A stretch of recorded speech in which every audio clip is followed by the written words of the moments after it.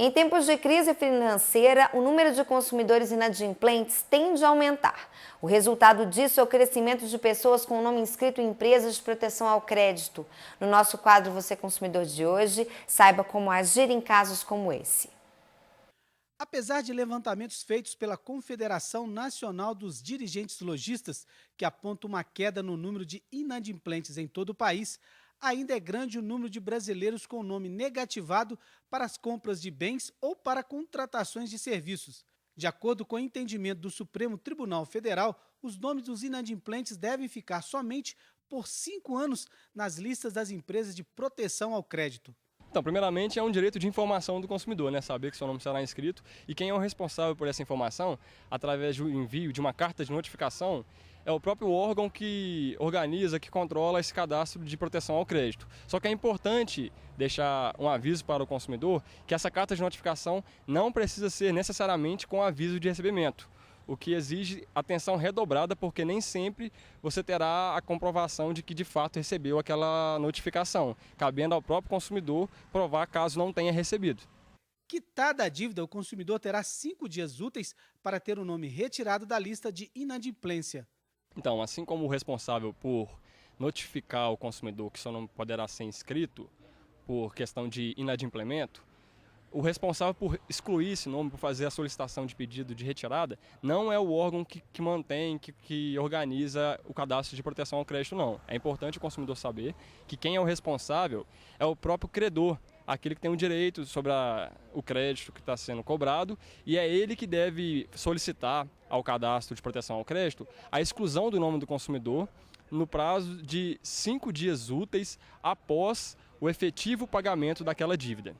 Sérgio explica que caso o consumidor que esteja inadimplente e o nome seja enviado de forma equivocada por um segundo credor para uma empresa de proteção ao crédito, este erro não será passível de indenização. Em entendimento atual, também do Superior Tribunal de Justiça, é importante que o consumidor saiba que ele pode pedir sim o cancelamento dessa inscrição se ela for mesmo irregular, conforme a sua pergunta, né?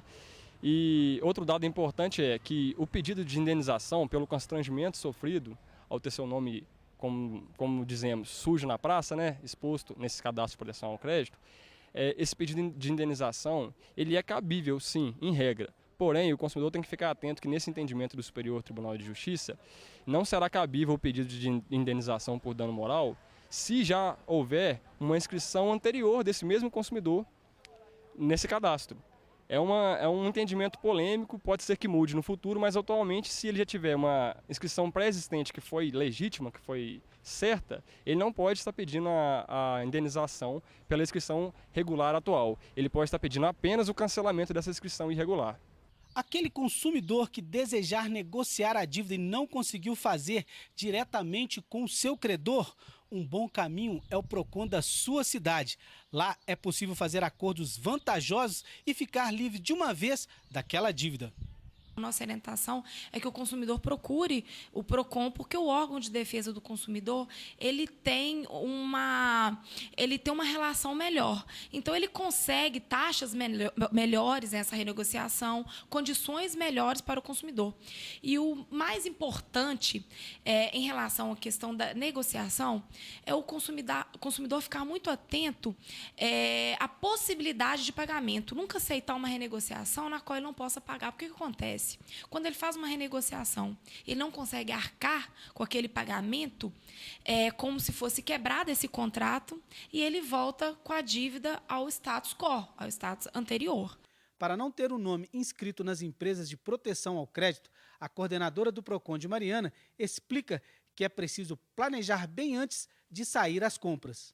A grande maioria dos inscritos, né, nos cadastros de proteção ao crédito advém de financiamento de veículo, cartão de crédito e empréstimos bancários. A grande maioria envolve serviços bancários. Planejamento econômico. Antes de adquirir qualquer produto ou serviço, verificar até onde a aquisição desse produto ou serviço não vai comprometer a sua renda. Sempre tenha em mente que você não pode comprometer mais do que 30% da sua renda. Essa é a dica principal.